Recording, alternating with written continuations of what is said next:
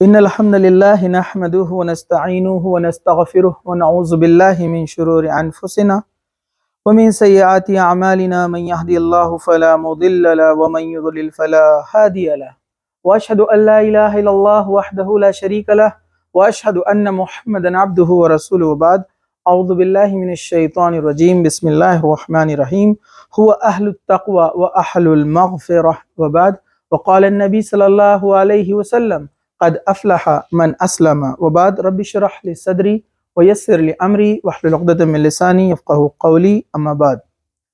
ہر قسم کی تعریف اللہ رب العزت کے لیے ہے جو تمام جہانوں کا پالنے والا ہے، اور درود و سلام ہو ہمارے پیارے نبی محمد رسول اللہ صلی اللہ علیہ وسلم پر۔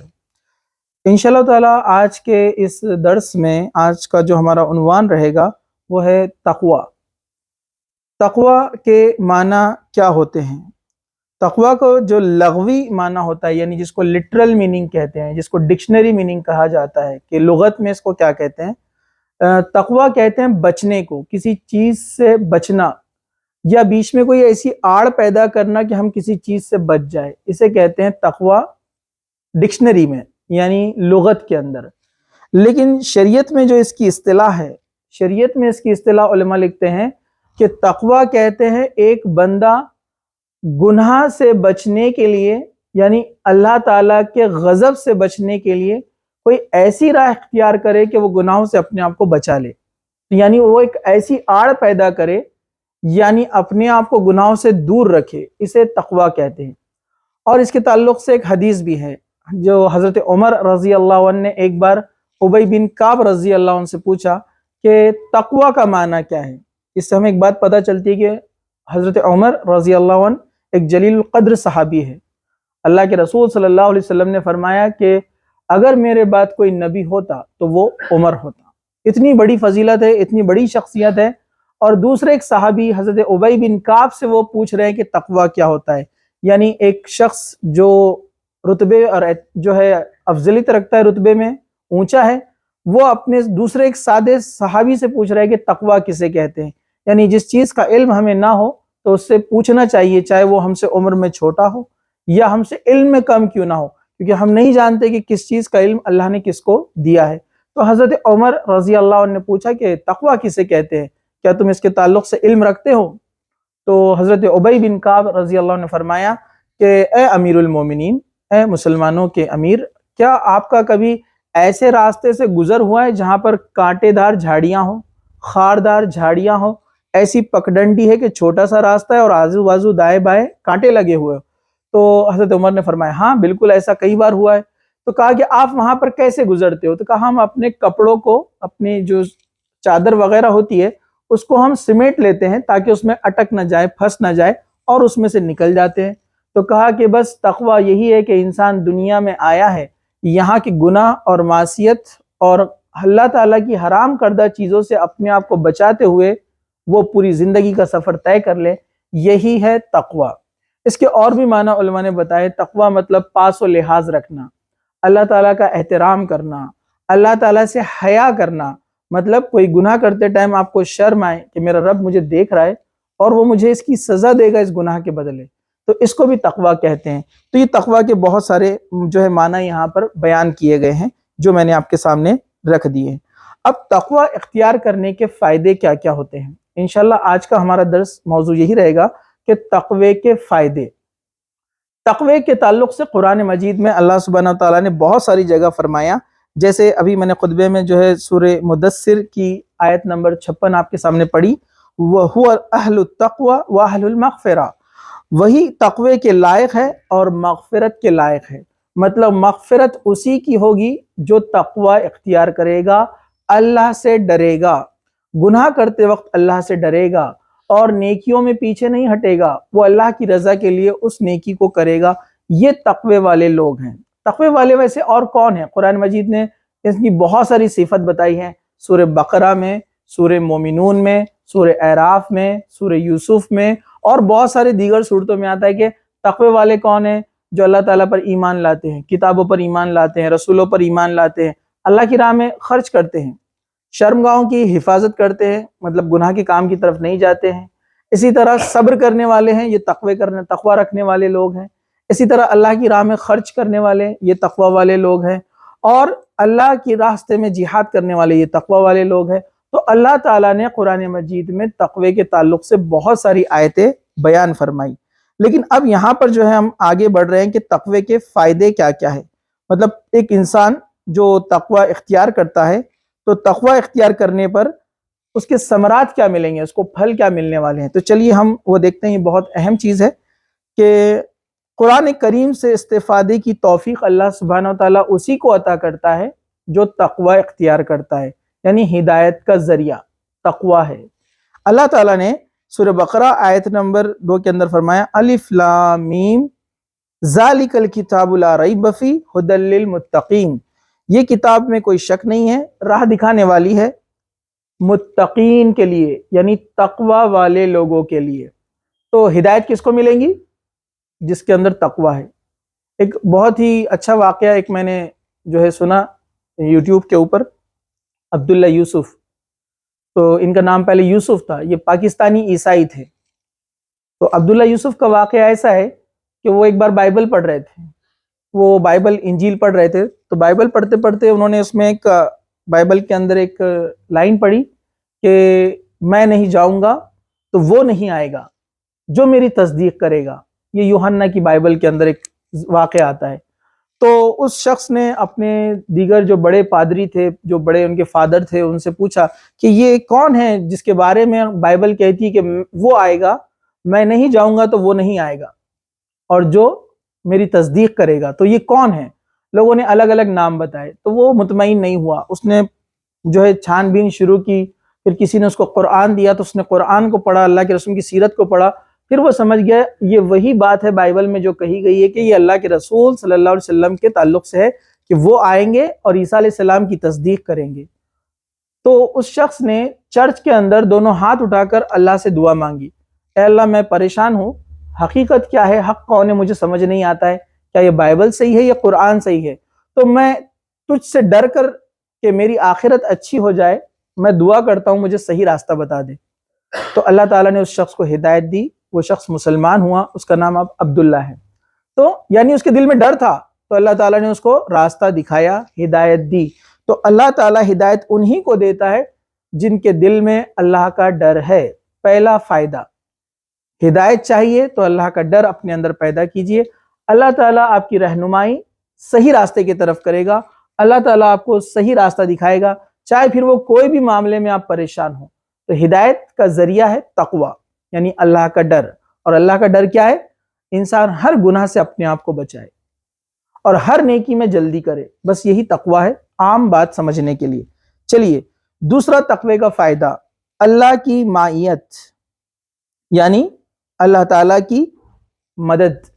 اللہ تعالیٰ نے قرآن مجید میں فرمایا سورہ بقرہ آیت نمبر 194 وَاتَّقُوا اللَّهَ وَاعْلَمُوا أَنَّ اللَّهَ مَعَ الْمُتَّقِينَ.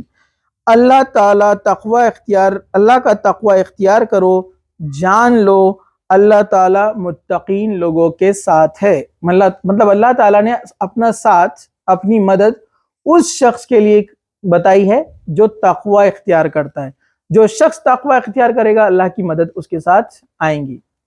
سورہ طلاق کے اندر بھی ایک بہت اچھا واقعہ اس کی تفسیر میں آتا ہے کہ ایک صحابی تھے، ان کے بیٹے کو جو ہے کافروں نے قید کر لیا تھا. مطلب رومن ایمپائر کے جو نچلے علاقے تھے اس سے مسلمانوں کی ایک لڑائی ہوئی، ایک جہاد ہوا جس میں کچھ مسلمان قیدی بنا دیے گئے. جب وہ قیدی بنا دیے گئے تو ایک شخص تھے، ان کا بیٹا بھی وہاں پر تھا جو مسلمان تھا، مسلمانوں کے ساتھ فوج میں شامل تھا. وہ قید کر لیا گیا عیسائیوں کے پاس. وہ بوڑھا باپ اللہ کے رسول صلی اللہ علیہ وسلم کے پاس آیا اور کہنے لگا کہ میرے بیٹے کو کسی بھی طریقے سے واپس لائیے، وہ میرا ایک ہی سہارا ہے. اللہ کے رسول صلی اللہ علیہ وسلم نے سورہ طلاق کی آیت ان کو پڑھنے کے لیے کثرت سے جو ہے ان کو آپ نے ایڈوائز کی، ان کو نصیحت کی. وہ اس آیت کو پڑھتے گئے کہ جو لوگ اللہ کا تقوی اختیار کرتے ہیں اللہ تعالیٰ ان کے لیے مشکلات سے نکلنے کا راستہ آسان کر دیتا ہے. اور یہ پورا واقعہ بخاری شریف کے اندر ایک حدیث میں آتا ہے کہ راتوں رات ایسا ہوا، وہ جو بوڑھے شخص تھے صحابی، وہ اپنے گھر میں سو رہے تھے. اچانک صبح کے وقت دستک آئی، دروازہ کھولا تو دیکھا سامنے بیٹا ہے. وہ بولنے لگے بیٹا تم یہاں پر کیسے آئے ہو؟ کہا کہ مجھے پتہ نہیں، دشمن نے مجھے زنجیروں میں قید کر کے رکھا تھا، اچانک رات میں زنجیریں ٹوٹ گئی اور میں وہاں سے نکل بھاگ آیا۔ بھاگنے کے لیے سواری نہیں تھی تو میں ایک اونٹنی پر بیٹھ گیا، اور وہ اونٹنی جو تھی اس ریوڑ کی سردار تھی، اس کے پیچھے پیچھے سارے اونٹ آ گئے اور وہ سارے اونٹ لے کر مدینہ تک پہنچ گئے۔ تو یہ بات اللہ کے رسول صلی اللہ علیہ وسلم کو جب پہنچی تو اللہ کے رسول صلی اللہ علیہ وسلم نے فرمایا کہ یہ اللہ تعالیٰ کی مدد ہے۔ پھر ان سے پوچھا گیا ان اونٹوں کا کیا کیا جائے، تو کہا یہ مال غنیمت ہے، اسے رکھ لو، ٹھیک ہے۔ تو یہاں پر دیکھیے آپ، اللہ تعالیٰ کی مدد ایسے آتی ہے جو شخص تقوی کو اختیار کرتا ہے۔ حالانکہ یہ صحابی نے بھی اس تقوی کے تعلق سے آیت کا ذکر کیا تو اس کا اثر اتنا ہوا۔ اب جو شخص تقوی کو اپنے زندگی میں لائے گا تو اللہ تعالیٰ اس کی کیسی مدد نہ کرے، ایسا ہو ہی نہیں سکتا ہے، ٹھیک ہے۔ چلیے، تو اللہ تعالیٰ کی معیت یعنی اللہ تعالیٰ کی مدد اس شخص کے ساتھ ہوتی ہے جو تقوی کو اختیار کرتا ہے۔ تیسرے نمبر پہ جو تیسرا فائدہ ہے تقوی اختیار کرنے کا، قیامت کے روز اللہ کے نزدیک بلند مقام اور مرتبہ اس شخص کا ہوگا۔ قرآن مجید کی آیت ہے سورہ بقرہ آیت نمبر 212۔ کافروں کے لیے دنیا کی زندگی مزین و آرام دہ کر دی گئی ہے۔ زین للذین کفروا الحیات الدنیا، کہ کافروں کے لیے یہ دنیا کیا ہے؟ بہت عیش و عشرت کی جگہ ہے۔ جیسے حدیث میں آتا ہے، اللہ کے رسول صلی اللہ علیہ وسلم فرمایا کہ الدنیا سجن المومن، دنیا مومن کے لیے قید خانہ ہے۔ سجن کہتے ہیں قید خانے کو، جیل کو۔ وجنت الکافر، اور کافر کے لیے جنت ہے، مطلب اس کو دنیا میں سب کچھ دے دیا جائے گا، آخرت میں اس کے لیے کچھ نہیں ہے۔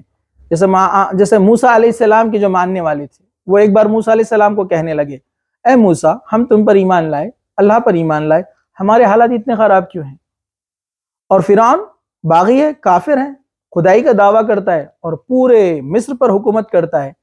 تو موسیٰ علیہ السلام نے کہا کیا تم بھی اس بات میں آ گئے جو پچھلی قومیں اس بات میں آ گئی تھی، اس چکر میں شیطان کے؟ تو یاد رکھیے موسیٰ علیہ السلام نے بھی وہی بات کہی جو اللہ کے رسول صلی اللہ علیہ وسلم نے صحابہ سے کہا تھا، الدنیا سجن المومن، دنیا جو ہے مومن کے لیے قید خانہ ہے، مطلب مشکلیں، پریشانیاں، تکلیفیں آتی رہیں گی، لیکن اللہ تعالیٰ تقوی اختیار کرنے والوں کو ان پریشانیوں سے باہر نکالتا رہے گا، یہ آزمائش ہوں گی۔ تو اللہ تعالیٰ نے کہا وہ ایمان والوں سے مذاق کرتے ہیں، حالانکہ پرہیزگار لوگ قیامت کے دن ان سے بلند مرتبہ والے ہوں گے۔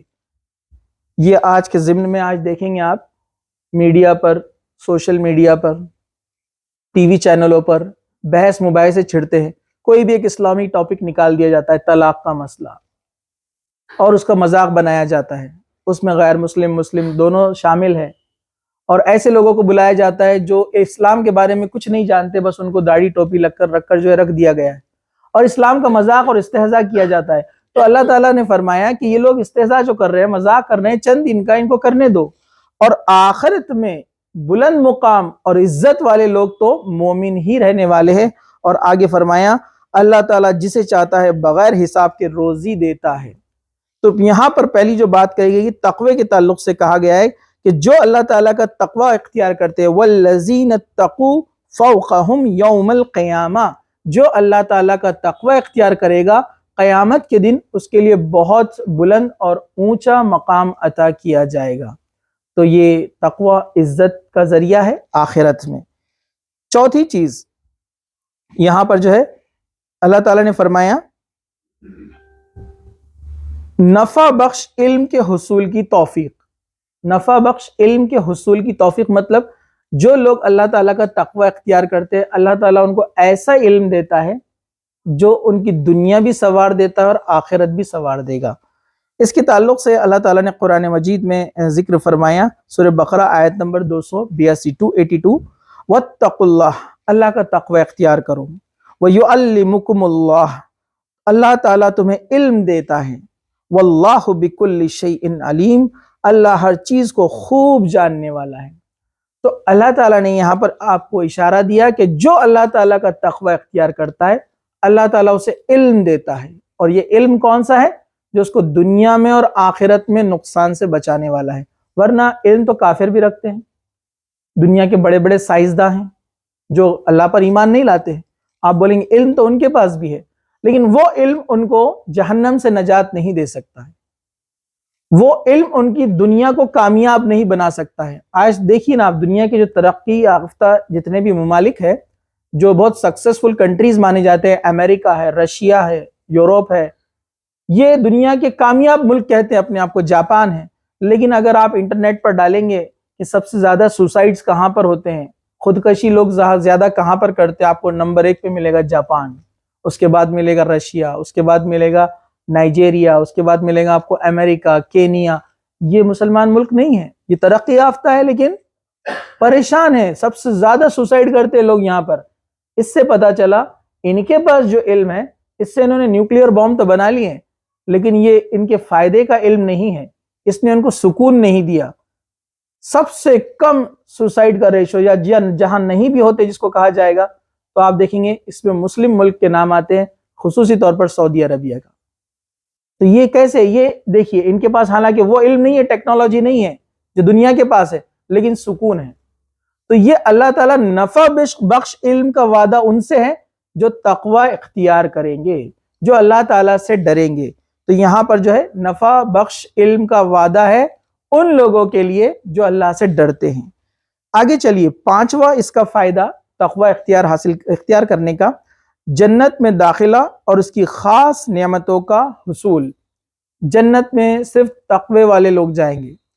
میں تقوی کے تعلق سے پھر دہرا دوں، تقوی یہ ہے کہ اپنے آپ کو گناہوں سے، حرام کردہ چیزوں سے بچانا، اللہ تعالیٰ کی خاطر، اللہ سے ڈر کر، اللہ کی رضا کے لیے، اسے کہتے ہیں تقوی۔ چلیے سورہ بقرہ، سورہ آل عمران آیت نمبر 15، للذین اتقوا عند ربہم جنات تجری من تحتها الانہار، متقین کے لیے ان کے پروردگار کے پاس ایسے باغات ہیں جس کے نیچے نہریں بہتی ہیں۔ تو اللہ تعالیٰ نے پرومس کیا ہے، وعدہ کیا ہے، جو متقین ہیں، اللہ سے ڈرنے والے ہیں، ان کے لیے باغات ہے جنت میں جس کے نیچے نہریں بہتی ہیں۔ تو جنت کا وعدہ متقی لوگوں سے ہے، گنہگار لوگوں سے نہیں ہے۔ آگے چلیے، ہم آگے بڑھتے ہیں۔ یہ 5 فائدے ہوئے اس کے۔ اب جو چھٹا فائدہ ہے، سب سے اہم چیز جس کے ہم دعوے کرتے ہیں، اللہ کی محبت کا حصول۔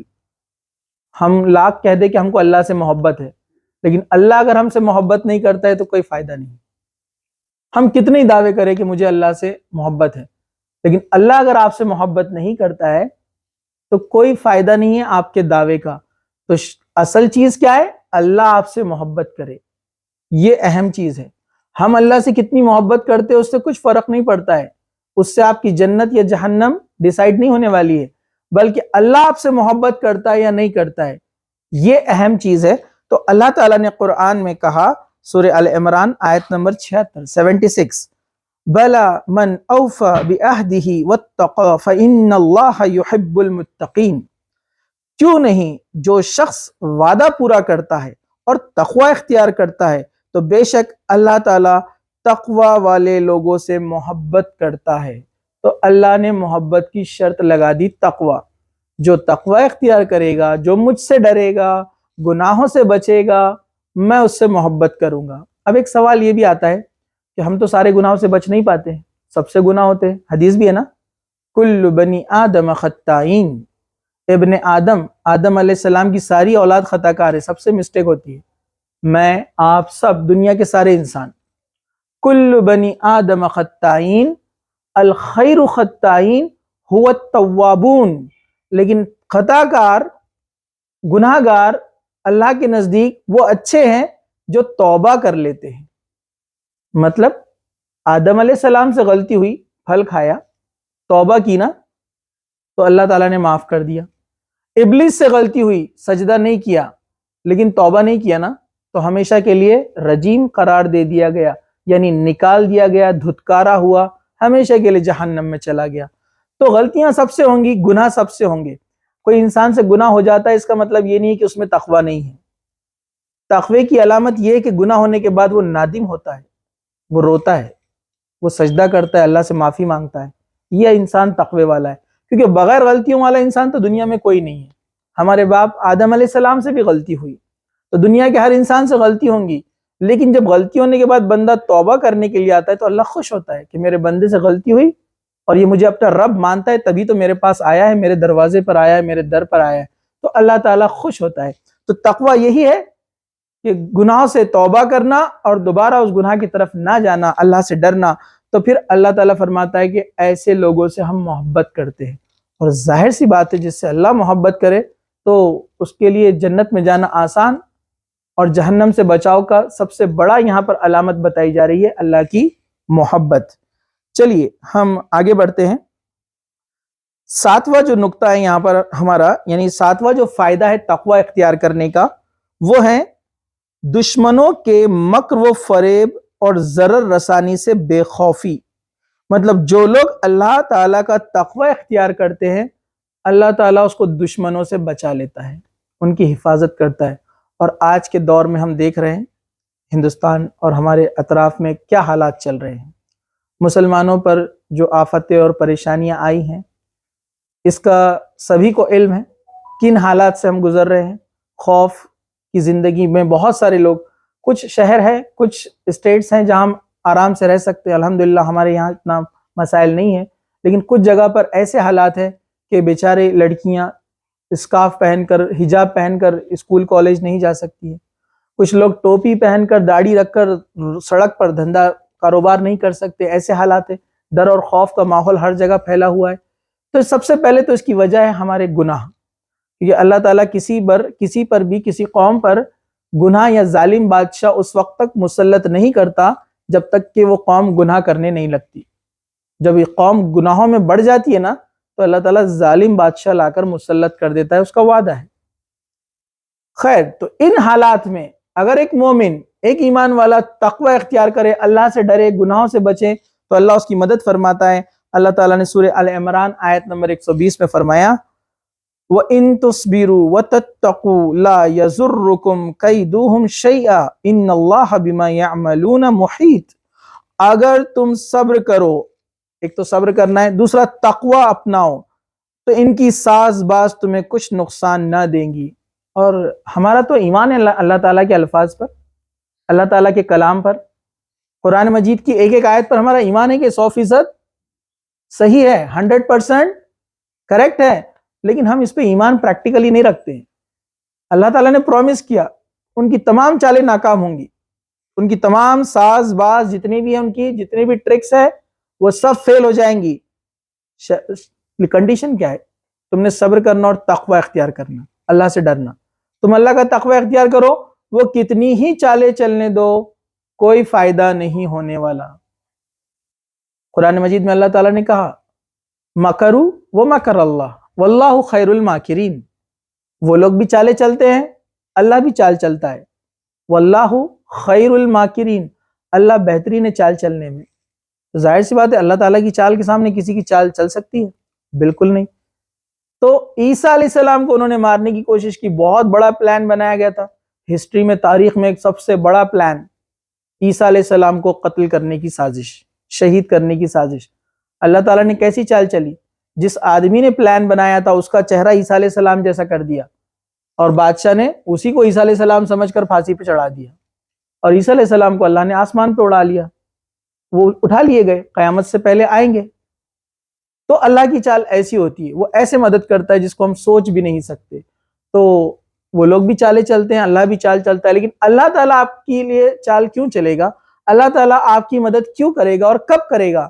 تو یہاں پر کنڈیشن لگائی، وَاصْبِرُوا وَاتَّقُوا، صبر کرنا اور تقوی اختیار کرنا۔ مطلب تم گناہوں سے بچو، میری بات مانو، میرے رسول کی بات مانو، اس پر عمل کرو، میں تمہیں بچاؤں گا تمام دشمن کی چالوں سے۔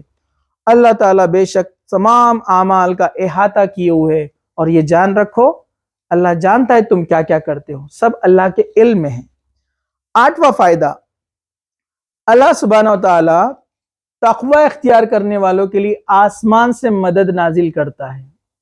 مدد آسمان سے انہی کے لیے آتی ہے، گنہگاروں کے لیے نہیں آتی ہے، نافرمانوں کے لیے نہیں آتی ہے۔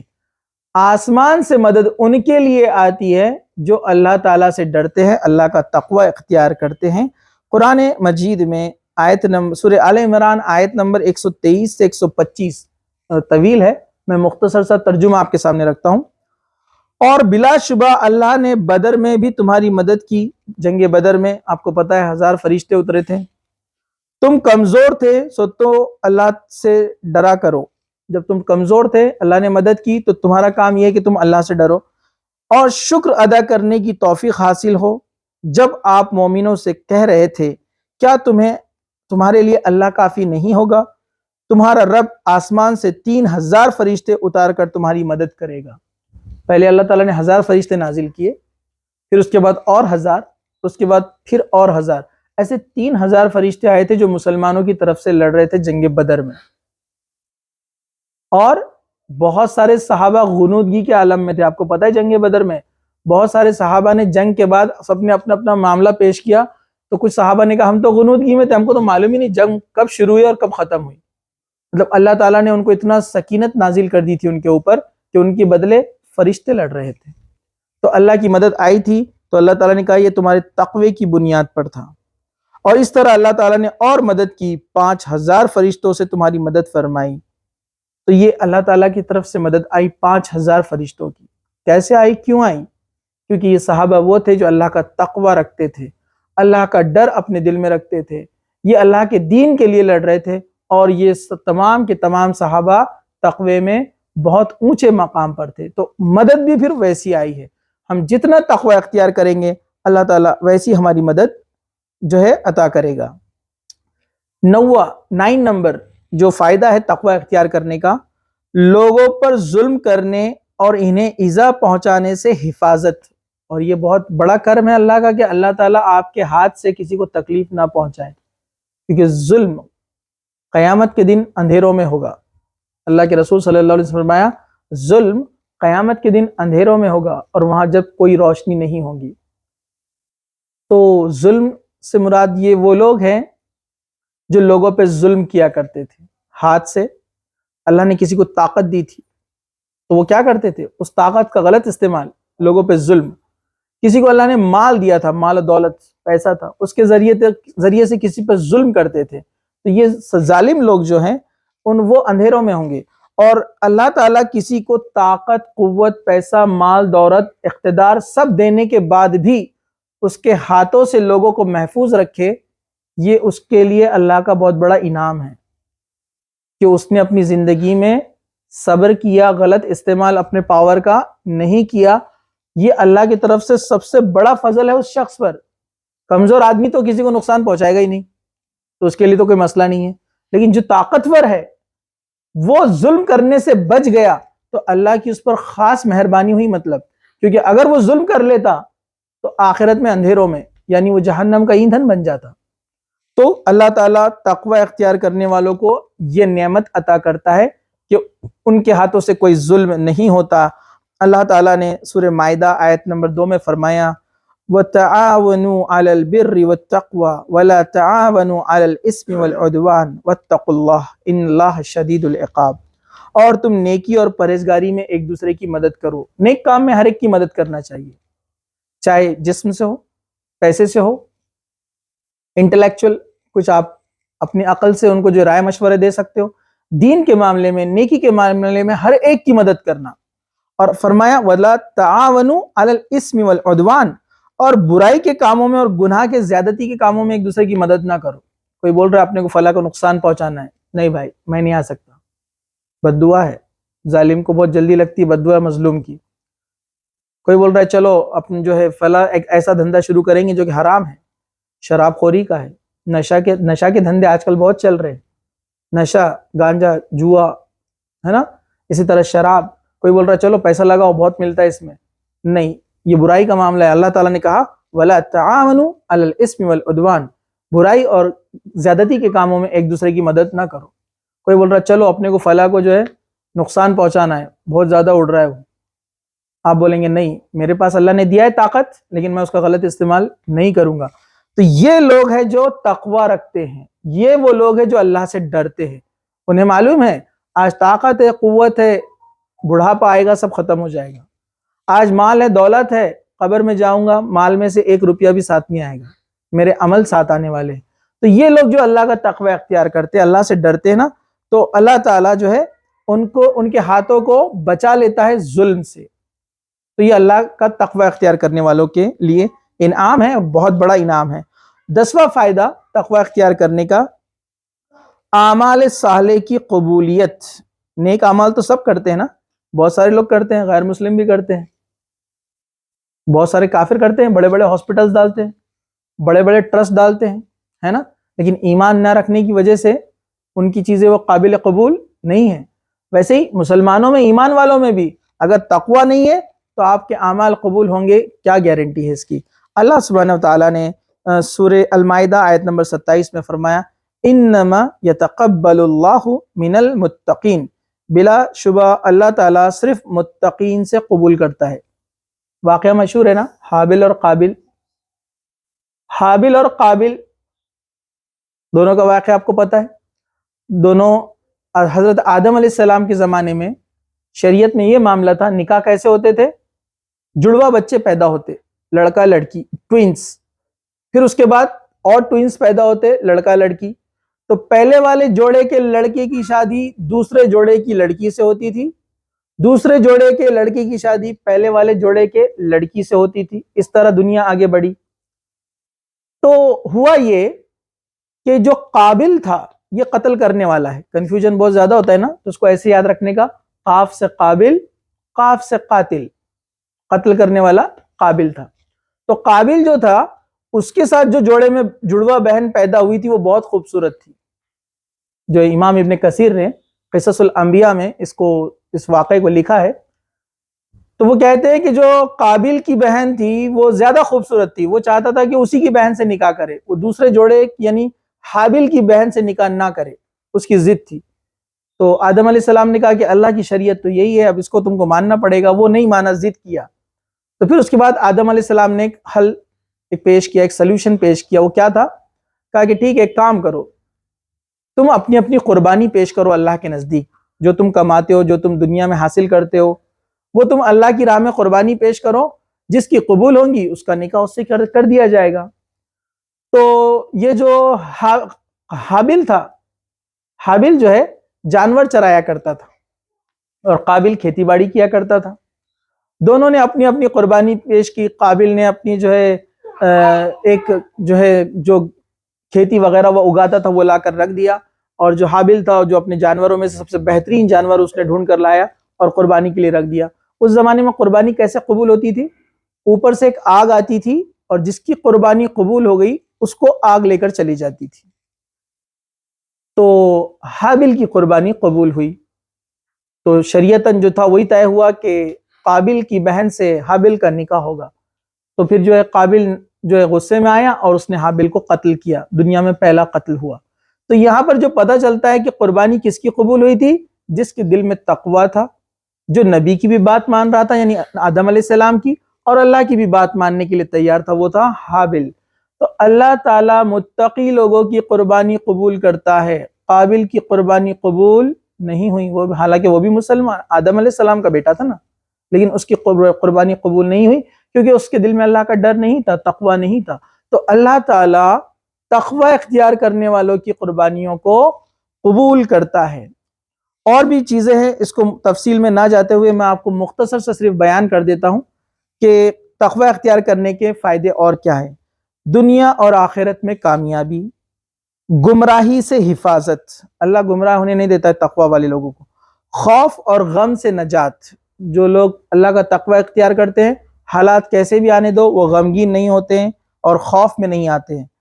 برکتوں کا نزول، اس شخص کی زندگی میں برکتیں آتی ہے، مطلب کمائی کم بھی ہو تو اتنی برکت ہوتی ہے کہ اس کا گزارا اچھے سے چلتا ہے، اس کو کسی کے سامنے ہاتھ پھیلانے کی ضرورت نہیں پڑتی ہے۔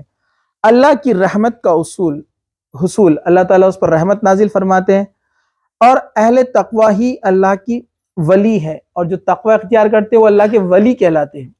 ہم سمجھتے ہیں اللہ کا ولی مطلب ہم نے ایک نیا عجیب تصور بنا لیا ہے نا، ایک مجذوب شخص جو عجیب قسم سے گھوم پھر رہا ہے، بال نہیں کاٹتا ہے، نمازیں نہیں پڑھتا، اس کو اللہ کا ولی کہتے ہیں۔